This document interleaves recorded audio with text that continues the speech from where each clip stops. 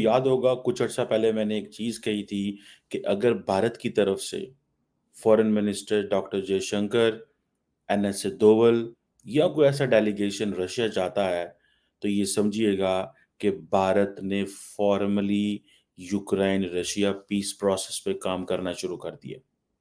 और वही हुआ दोस्तों कि डॉक्टर जयशंकर तो नहीं, लेकिन नरेंद्र मोदी ने दोवल साहब को यूक्रेन जो है से होने के बाद अब रशिया भेजा और वो प्रेसिडेंट पुतिन से मुलाकात कर रहे हैं।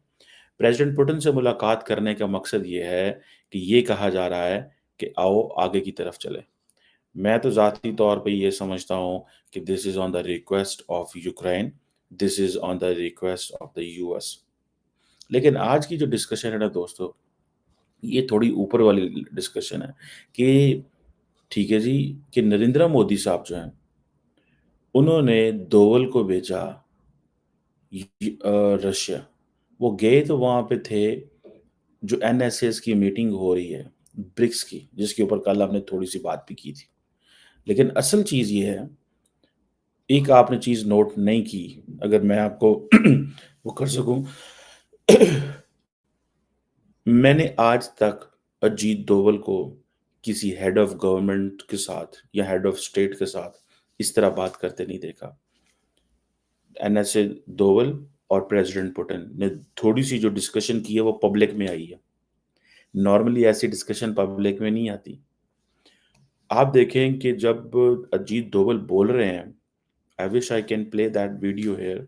अजीत डोभाल बोल रहे हैं तो जो रिकॉर्डिंग हो रही है, तो उसमें वो कह रहे हैं कि मैं प्राइम मिनिस्टर के साथ यूक्रेन गया था और उन्होंने उसको टीवी पे चला दिया। प्राइम उन्होंने उन्होंने इसको टीवी पे चला दिया रशियंस ने। रशियंस ने अपनी स्ट्रेंथ शो की है कि देखो, and he has told Americans, they have told Europeans कि look, there is an emissary, here is a guy who is bringing your case. हम इंडिया को अहमियत देते हैं। रशियंस ये कह रहे हैं कि हम इंडिया को अहमियत देते हैं, हम इंडिया की सुनते हैं। वो इंडिया जिसको तुम मना करते थे तेल ना लो, हम उस इंडिया को अहमियत दे रहे हैं। और इस वक़्त में अजीत डोभाल आपका केस लेके मेरे पास आया है और केस क्या है? जंग बंद करो। अब आप अगर देखें, अजीत डोभाल साहब पहले बोले हैं, अजीत डोभाल साहब ने कहा है कि मैं प्राइम मिनिस्टर मोदी के साथ यूक्रेन गया, ज़ेलेंस्की के साथ मिले, उधर से 2 लोग थे और मैं था। उन्होंने वैसे ये नहीं बताया कि जयशंकर थे या नहीं, लेकिन आई एम श्योर जयशंकर मौजूद होंगे। ख़ैर एनी हाउ उन्होंने कहा कि उस मीटिंग में मैं भी मौजूद था। तो ज़ाहिर बात है जयशंकर होंगे, डोभाल होंगे और मोदी साहब होंगे। और उन्होंने ये भी कहा डोभाल साहब ने प्रेसिडेंट पुतिन को कि ज़ेलेंस्की के साथ सिर्फ 2 लोग मौजूद थे। अब ज़ाहिर बात है वो कौन से 2 लोग होंगे वो बाद में उन्होंने बताया होगा। और उसमें क्या है, उसमें बात हुई होगी टॉक्स के हवाले से। सो इतना जो हिस्सा है डोभाल साहब की बात का, वो टीवी पे चला दिया है रशियंस ने। उधर से प्रेसिडेंट पुतिन जो है, उन्होंने भी अपनी इतना कोई सा जो टॉक है, वो टीवी पे चलवा दिया। Я хорошо помню, уже говорил на нашей общей встрече, визит господина Моди в Москву.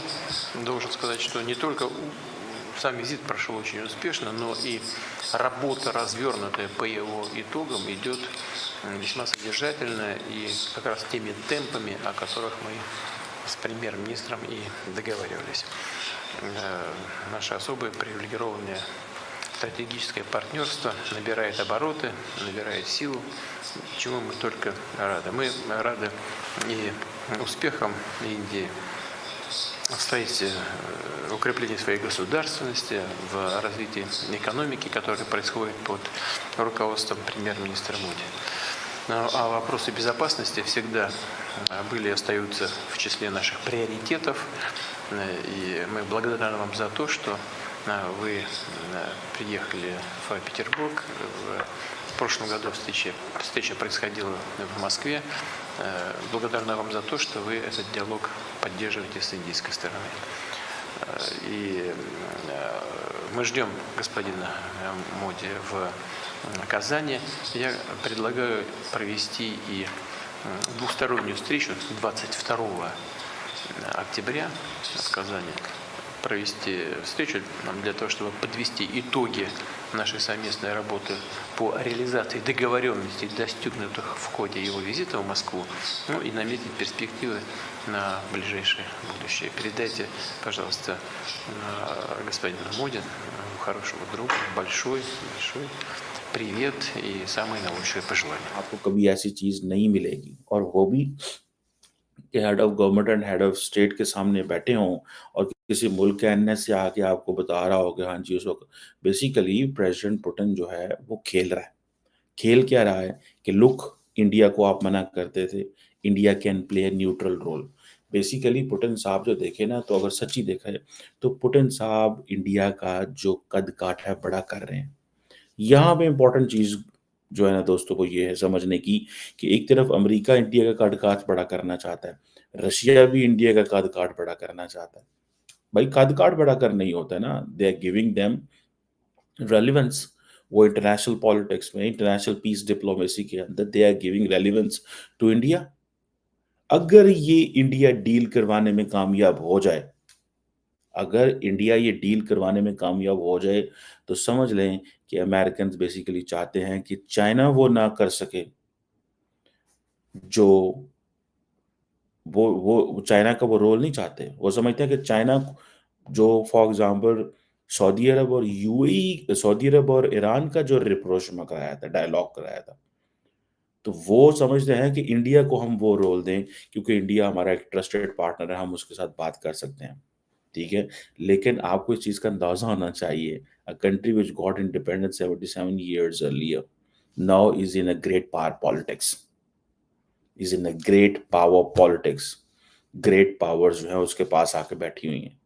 वो ग्रेट पावर्स देखें, यहाँ पे आ जाती है फिर इंडिया की नॉन अलाइनमेंट की पॉलिसी, कि जब जो ये दोनों कोल्ड वॉर में लड़ रहे थे, इंडिया ने कहा वी आर नॉन अलाइन्ड, वो अपना ब्लॉक बना के बैठ के साइड में, और पाकिस्तान जाके अमेरिका के साथ जंग में शुरू हो गया और सारे मुजाहिदीन बना लिए, पाकिस्तान में डिक्टेटरशिप आ गई, हम सारे मुजाहिद हो गए, फिर वो जब मुजाहिद ख़त्म हुए, फिर हम सारे मुजाहिदीन को ख़त्म कर रहे हैं। हम तो उस चीज़ में चले गए, इंडिया इकोनॉमी, ट्रेड, बिज़नेस अपने आप को साइड वे कर लिया। मैं आपको दोस्तों ज़िंदगी का एक लेसन देना चाहता हूँ कि जब भी आप ज़िंदगी के किसी भी काम के शुरू के अरसे में होते हैं, so you always have to be neutral, or you always have to be apolitical, or you always show your neutrality, or you don't get into politics while after achieving some time। जिंदगी में कुछ अरसा achieve करने के बाद, कुछ वक्त गुजारने के बाद, आप ये कह सकते हैं कि हाँ जी, अब मैं अपने मेरे पाँव लग गए हैं, मैं स्टेबल हूँ हर लिहाज से, अब मैं वो करना चाहूंगा जो मुझे आज से 20 साल या 30 साल पहले कहा जा रहा था करने का। और मुल्क जो होते हैं, उनकी उनकी उनके लिए तो 50-100 साल तो कोई चीज़ नहीं होती ना। लेकिन जिस 50 साल तेज़ी के साथ वो सफ़र तय कर रहा है इंडिया, वो मानना पड़ेगा। मैं कल भी किसी से बात कर रहा था, इधर हमारे अमेरिका के अंदर ही कुछ दोस्तों के साथ, हम इंडिया पाकिस्तान की पॉलिटिक्स के ऊपर बात हो रही थी कि इंडिया जो है वो किस तेज़ी के साथ ग्रेट पावर्स के पंजे से बाहर निकल गए। देखिए, जो बात फैक्ट है मानना पड़ेगी। अमूमन जो ग्रेट पावर्स होती हैं, वो आपको कहीं न कहीं पे इधर-उधर एंगेज कर लेती हैं। लेकिन इंडिया बच गया with its bigger population, because of China, इसकी रेलेवेंस बढ़ गई है। जो बाकी छोटी ताकतें होती हैं, दे आर ऑलवेज़ ऑन, जैसे वो कहते हैं ना, लाइक ऑलवेज़ ऑन, फंसे-फसाए होते हैं। बहरहाल so these things are there which I can see. बहरहाल अ, मैं जो चीज़ देख रहा हूँ, जो चीज़ मुझे नज़र आ रही है कि बेसिकली पुतिन साहब जो हैं वो चाहते हैं, ठीक है जी, कि मैं इंडिया की बात सुनूँ। और अमेरिकन्स जो हैं वो भी इस चीज़ को महसूस करते हैं कि हमारे पास कोई और बंदा नहीं है सिवाय इंडिया के। सच्ची बात तो ये है कि हमारे पास कोई और बंदा नहीं है। आपको पता है, जब प्रेज़िडेंट पुतिन की मोदी साहब से मुलाकात हुई, तो उन्होंने कहा कि हम 2030 तक जो है वो अपनी ट्रेड $100 बिलियन पे ले जाएँगे। दुनिया के ऐसे कितने मुल्क हैं जहाँ नरेंद्र मोदी जाता है और कहता है मैं अपनी ट्रेड इतने पे ले जाऊँगा। आप देख लें, अगर फॉर एग्ज़ाम्पल जब मोदी साहब, इस वक़्त इंडिया और रशिया की ट्रेड $66 बिलियन है। साल की। वो कह रहे $100 बिलियन, लार्जली इसमें इंडिया तेल लेना चाह रहा था। ठीक है जी, मतलब तेल लेगा तो ज़ाहिर बात है वो सारी चीज़ें होती हैं। ठीक है जी, सो 100 बिलियन का जो टारगेट रखा गया है, वो इसीलिए रखा गया है ताकि इंडिया मज़ीद तेल खरीदे और उस तेल को खरीद के बांग्लादेश को भी दे, खुद भी इस्तेमाल करे, रिफाइन करे, यूरोप को भी दे, अमेरिका को भी दे। तो वो इस चीज़ में चल पड़े हैं बिकॉज़ दे अंडरस्टैंड कि जंगें जो हैं वो होंगी और रिफाइनरीज़ लगा रहे हैं बिकॉज़ वो बहुत बड़ी। So India is long term game में आ गया होगा। ठीक है जी। अब ये जो है क्या नाम है उसका, ज़ेलेंस्की से मिलना डोवल साहब का, सो ये सिग्नलिंग है सीधी-सीधी। ये सिग्नलिंग है कि इंडिया जो है वो अपना रोल प्ले कर सकता है। ये सिग्नलिंग ये है कि जो पुतिन है वो ये कह रहा है कि मुझे किसी पे एतबार नहीं है सिवाय इंडिया के। ये सिग्नलिंग है अमेरिका के लिए। देखिए एक वक़्त था कि अमेरिका इंडिया पाकिस्तान के मामलात ठीक करवाता था। जो बात फैक्ट है। एक वक़्त ये था इंडिया, पाकिस्तान और भारत के मामलात पाकिस्तान और इंडिया के मामलात ठीक करवाता था। एक वक़्त ये था कि दोनों मुल्क जो है वो कहते थे कि हाँ जी, कहते थे कि हाँ जी, हम जो है वो एन्जॉय करेंगे, खाएँगे, पिएँगे, खेलेंगे, लेकिन ग्रेट पावर्स जो कहेंगी वो करेंगे, लड़ेंगे भी उनके कहने के ऊपर। आज ये है कि इंडिया ने अमेरिका को कहा है कि हम आपको बीच में नहीं लाना चाहते। हम बायलैटरली मसला हल करेंगे और बायलैटरली वो कहते हैं हमने करना ही नहीं है। हम अपने मसले खुद ही हल करेंगे और हमने पाकिस्तान से बात ही नहीं करनी। ये है पावर इंडिया की फॉरेन पॉलिसी। ठीक है? तो मुझे ये बताएँ, अच्छा मैंने एक दफ़ा किसी से ये बात की, नॉर्मली जो है वेस्टर्न वर्ल्ड ये बात मानने को तैयार नहीं है that we can not play a role, no, no we can't play a role. हम रोल प्ले कर सकते हैं but 200% they can't play a role. आप क्या समझते हैं मोदी साहब किसी किसी की सुनेंगे? सवाल ही पैदा नहीं होता। लेकिन ये जो अभी मौका है कि अभी मोदी साहब हेल्प कर रहा है ग्रेट पार्ट्स की। देखिए अब पॉइंट ये है कि अब दुनिया को इंडिया की ज़रूरत है। सो जब दुनिया को इंडिया की ज़रूरत है तो इंडिया वो तो नहीं है, इंडिया को फॉरेन ऑफिस को फ़ोन किया जाएगा जाओ पाकिस्तान के साथ बैठ के अपने मसले हल करो एंड देन वो जो करना है करो फिर हमें बताना। ठीक है जी। ये अब वो वक़्त तो नहीं रहा ना, अब चीज़ें थिंग्स हैव गॉट मतलब डिफरेंट शेप, उनकी डिफरेंट हो गई है। ठीक है जी। अब ये जो पीस प्रपोज़ल लेके गए हैं, ये कोई मज़ाक है? इंडिया जो पीस प्रपोज़ल लेके आया, ठीक है। अब इसकी तो ये तो डिस्कशंस जब बाहर आएँगी तो पता चलेगा ना, कि क्या-क्या जो है वो ऑफ़र किया है उन्होंने। यूक्रेन ने क्या ऑफ़र किया है? देखिए, यूक्रेन ने सब कुछ ऑफ़र कर दिया होगा। जो प्रेज़िडेंट बाइडेन की कॉल आई थी मोदी साहब की वो क्या थी? वो यही कॉल थी कि जाओ मिलो पुतिन से, शुरू करो टॉक्स। वरना मुझे ये बताओ बाइडेन क्यों कॉल करेगा मोदी को? कि हाँ जी, की गल्लां होइयां सन उत्थे, के बात हुई, क्या हुआ था? बस बात खत्म हो गई? चलो ठीक है। No, that was a call जो कि इंडियंस की रिक्वेस्ट पे आई है। कॉल ये आई है यूक्रेन को, ये इंडिया की रिक्वेस्ट पे वो कॉल आई है बाइडेन की। मैं आपको बता देता हूँ, मैं इसको साबित करता हूँ कैसे। जब यूक्रेन में मोदी साहब गए हैं, मोदी साहब को रिक्वेस्ट की ज़ेलेंस्की ने कि ये डायलॉग कराएँ, ये डिस्कशन कराएँ, पुतिन को कहें सीज़फायर करें, हमारी जान छुड़ाएँ। ठीक है जी। तो मोदी साहब ने कहा होगा ठीक है मैं करता हूँ बात। लेकिन क्या साथ कहा होगा बाइडेन को कहो, अमेरिका को कहो या हमें कहे, फिर हम करें। फिर बाइडेन ने कॉल की मोदी साहब को। जब बाइडेन ने मोदी साहब को कॉल की, देन जाके ये जो है मोदी साहब ने कहा ठीक है, अब अगर आप कहते हैं तो हम चाहते हैं। अब इसमें देखना ये है कि अमेरिकी कितने सिंसियर हैं और क्या चाहते हैं इंडिया से, ये सवाल इम्पोर्टेंट है। क्या अमेरिकन्स वाक़ई चाहते हैं कि ये इंडिया ये रोल प्ले करे या कि अमेरिकन्स ये चाहते हैं कि ठीक है, करें रोल प्ले, देखते हैं क्या करते हैं, क्या नहीं करते और बाद में हम एनालाइज़ कर लें। सो ये एक चीज़ जो है it's a very, very significant चीज़। सो ये नरेंद्र मोदी जो हैं या डोवल साहब वहाँ पे जाके जो बैठे हैं, अब देखिएगा अगली मूव क्या होती है।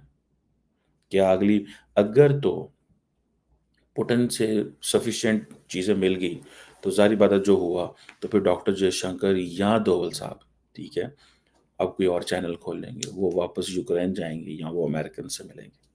मोस्ट प्रोबेबली वो अमेरिकन से मिलेंगे, ठीक है? क्योंकि वो यूक्रेन से नहीं मिलना पसंद करेंगे। यूक्रेन ने तो वो डील एक्सेप्ट कर लेनी है जो उनको होगी। सो वो यूक्रेन को नहीं समझते कुछ कि is a trusted partner. Her partner जो है वो अमेरिकन्स हैं।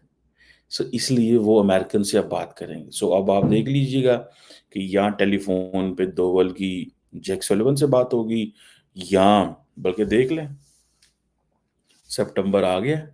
आज कितनी है सितंबर की 12 है और आप देखें कि थोड़े दिनों बाद नरेंद्र मोदी जो हैं वो आ रहे हैं न्यूयॉर्क। सुनने में है कि डेलावेयर में इधर मैं वैसे डेलावेयर के करीब ही हूँ। डेलावेयर जो में है जो है वो जो है वहाँ पे क्वाड की समिट होनी है। वहाँ पे सारी बातें होंगी। सो ये जो पैगामात हैं ये सारे लेके उन्होंने बाइडेन एडमिनिस्ट्रेशन को बता देना। बाइडेन एडमिनिस्ट्रेशन जो है मोदी साहब को कहेगी कि चलो शुरू करो।